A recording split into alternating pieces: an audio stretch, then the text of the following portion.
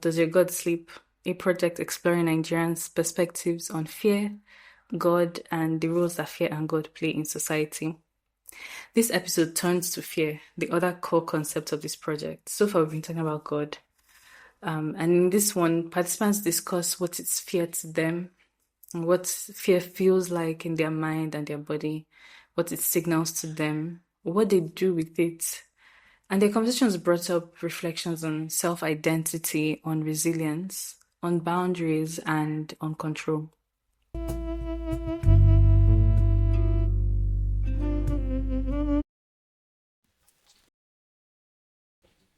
Just okay.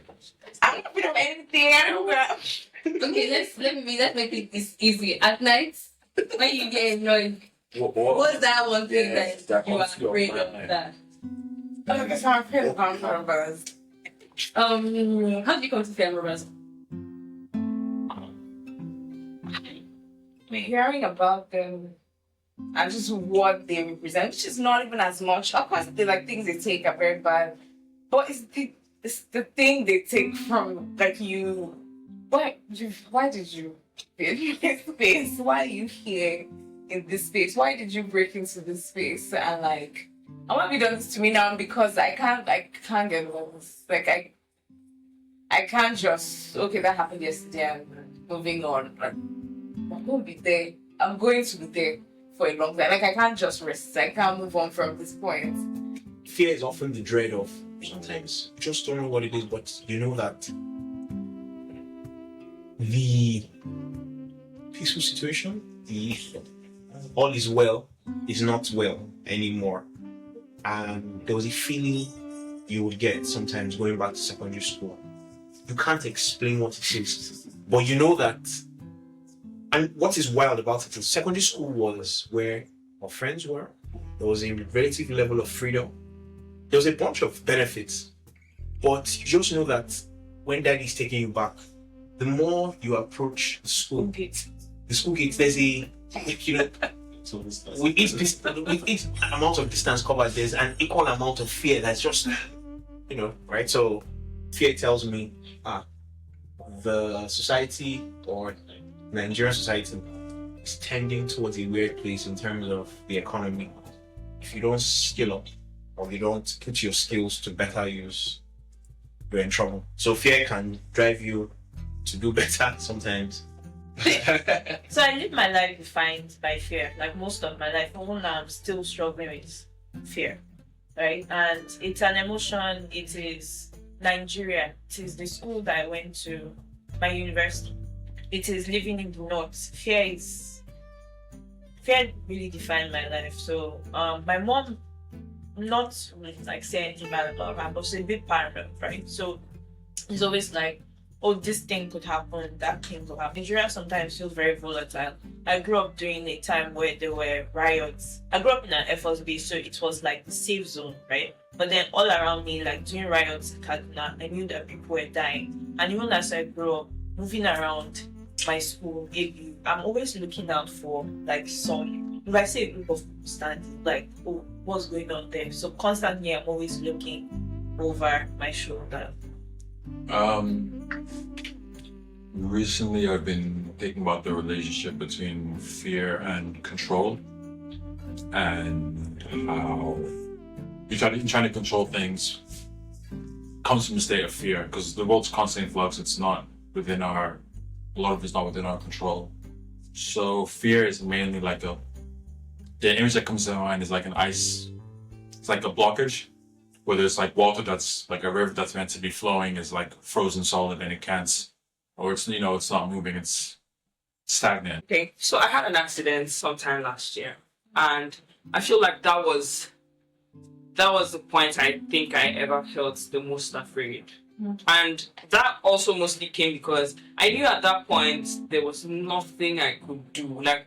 I could see the accident about to happen, but there was absolutely nothing. It was petrifying. And in that moment, I couldn't feel anxious. I just felt helpless. Wow, if anything happened here, that was it. That's tough, man. Yeah. Having a positive relationship with fear was when somebody told me that sometimes if you're afraid for something, that's a good sign. It just shows that you respect that thing enough to be worried that there's a nonchalance that can lead you to doom, because it's pain that helps us to know when to stop. Okay, I'm growing every day. So I can tell you now that my perspective of fear last year is different from now. Before, when fear comes to mind, I'm timid inside, kind of panicking. But now I see it as a challenge now. So when I'm scared of something, I believe that thing's supposed to be cool now. It's like a signal for greatness now. Like, so if I have an appointment with you, I'm scared of it, then I have to take care of that appointment. Do you get it? Yeah. So that's a different part, my new innovation of it. Initially, when I get scared, I work with procrastination. I try to push it forward. Okay, I'll do it in the evening. Okay, I'll do it tomorrow. But now immediately, like, in the moment I'm scared of it, I face it immediately. Me using curiosity is like finding a kind of defense mechanism to work against my fear now. Fear is a state of mind. And then it's very easy to overcome fear when you know it's a state of mind, because you can snap out of it at any time. One day in church, they just brought out the acronym First Evidence Appearing. I can remember, I think I was in Jesus 3. Like, so this thing that I'm scared of, I'm not real. So why am I scared? And that was when the whole fear left me. So I can tell you the state of mind. So what feeling do you get in your mind, in your body, in your brain that signifies fear to? Okay, so my heart start beating. I feel like they will express it that my heart start beating. I'll be worried. I'll be overthinking. Okay, what if this happens? What's going to be the outcome? How will it affect people around me? Yeah. It's just that restlessness. I don't sleep sometimes. When I'm afraid, I keep inflicting, like I inflict more fear to myself. So instead of just not thinking about it, I start picturing worst scenarios for myself. So In your mind, probably. So all this what happens? Did you just travel? And like I'm reliving different experiences. So it's freezing up. Sometimes I can't physically move. It's a feeling in my throat where I feel like there's, or in my chest. Okay, there's the one where like when I am anticipating something bad, I can feel like a whole lump in my throat. It's a pain in my heart when something is going on and I'm afraid that it's going to consume me, each riots or something. Yeah, or hearing bad news on TV. There's a pain in my chest. It is my mind just like hearing so many voices in there. I'm struggling. I'm like, okay, you know this is not real, right? But then like hearing them and trying to push through and just not being able to push through. And sometimes, yeah, the physical, that leads to the physical freezing up.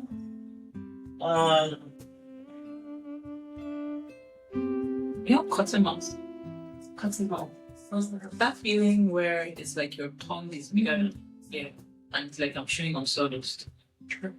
Yeah, so it is not seeing anything beyond the present chaos, right? It's like, yeah, this is where I live. It can be something as small as seeing your mobile.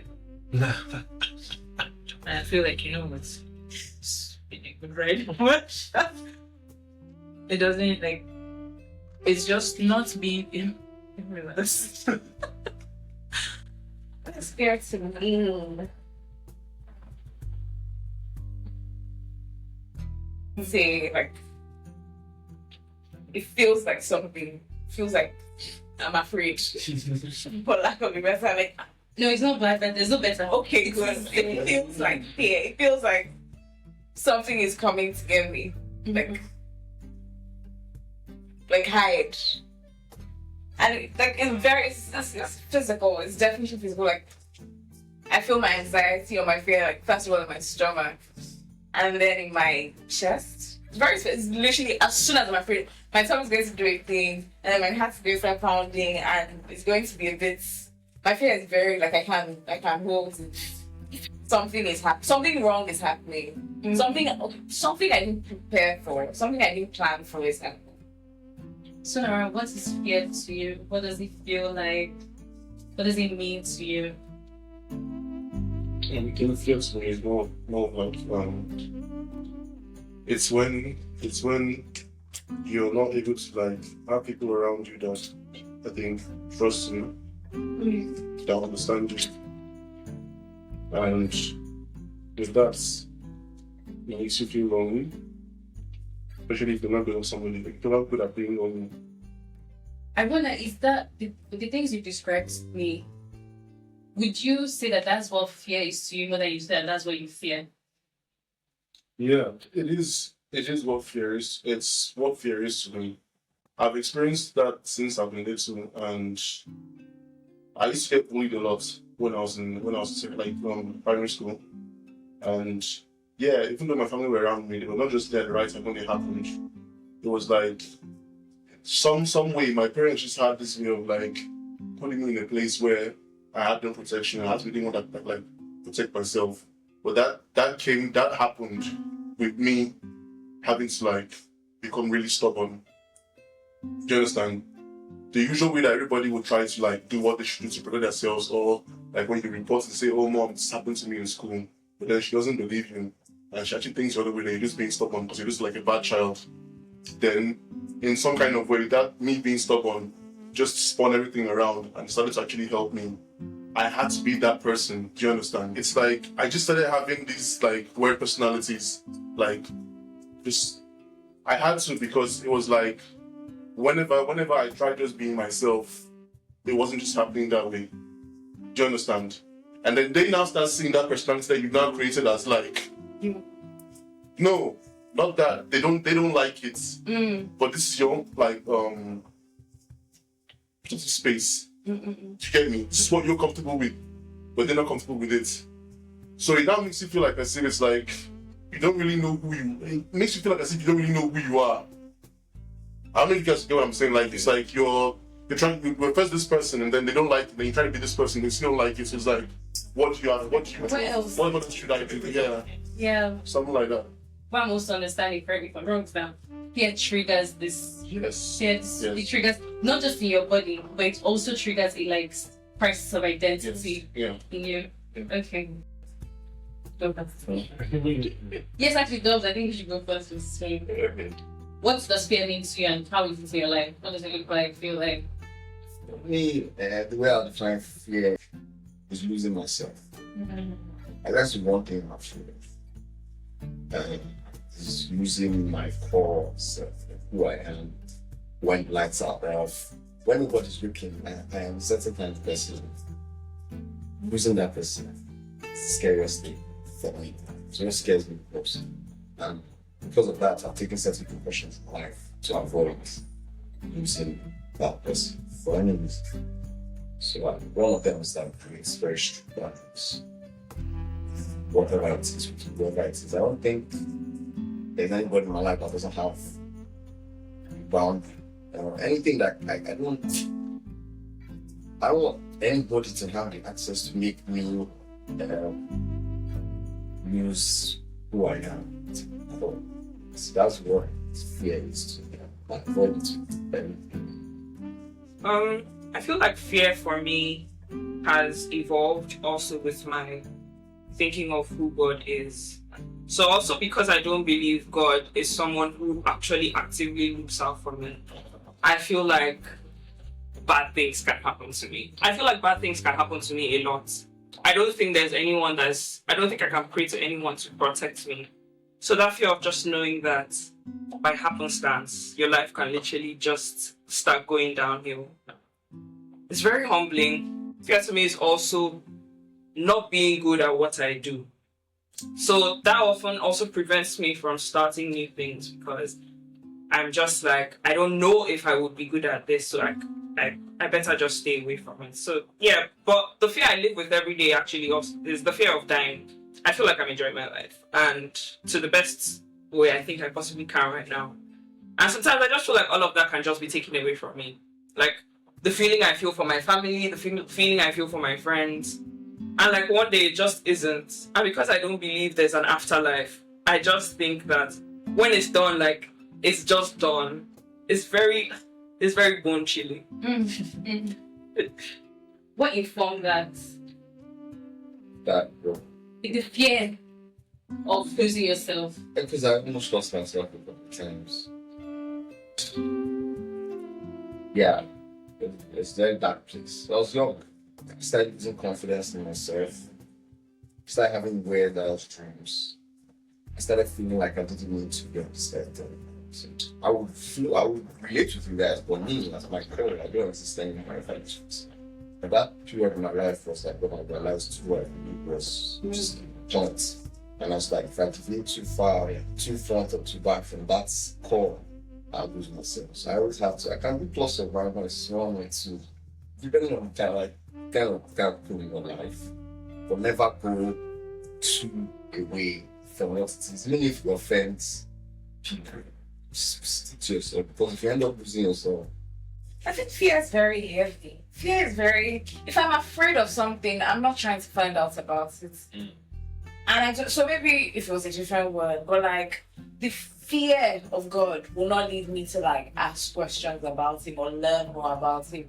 The faith in Him might, curiosity about the situation might. But if the feeling I have towards Him is fear, I'm not looking to question Him. I'm not looking to ask why is He, I'm just like, we're afraid. Would you say it's in the exact opposition to your curiosity for the thing? The more afraid, the less curious. Yes, so the more afraid I am of it, the less curious I am. Because fear does not seem like a place where there's room for asking, for anything other than obeying the thing that you're afraid of. Yes, so yeah, it's not room for like a negotiation. It's not how does this appear to you? If you're when I'm afraid, I'm not having conversations with the thing. I'm not interacting in a let's see, why are you like this? What made you this way? Because when you do that, you now I think you start now making I don't want to say excuses, but you can almost always see why everybody's the same way. And then you're no longer afraid. But like they've come to you're afraid of them. But they start asking all these questions and you're like, oh, I'm actually not that afraid of you. My fear does not give me room for that kind of stuff. I'm curious about you. I'm gonna be afraid of. What's the relationship between curiosity and fear for you? they're like very opposites. Like for me, it's keep your friends closer, and then it's closer. Okay. So, as much as I hate poverty, I've studied how people, almost all the rich people went broke. And how they went from being billionaires to broke. And since I've been doing that, I've done everything to avoid everything that they've done. And the one thing all of them did was they failed to innovate. Like Nokia, for example. At some point, Nokia was not already broke.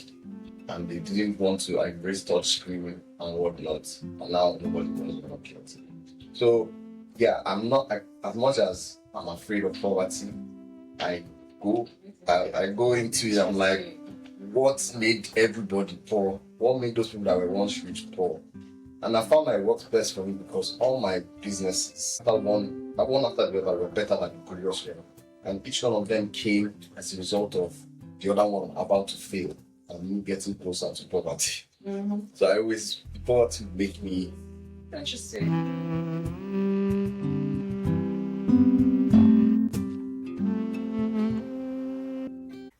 If you're listening to this and you'd love to share your own answers or thoughts on the questions, please, I'd love to hear from you. Write or record a VN and send to hello@studiostyles.org.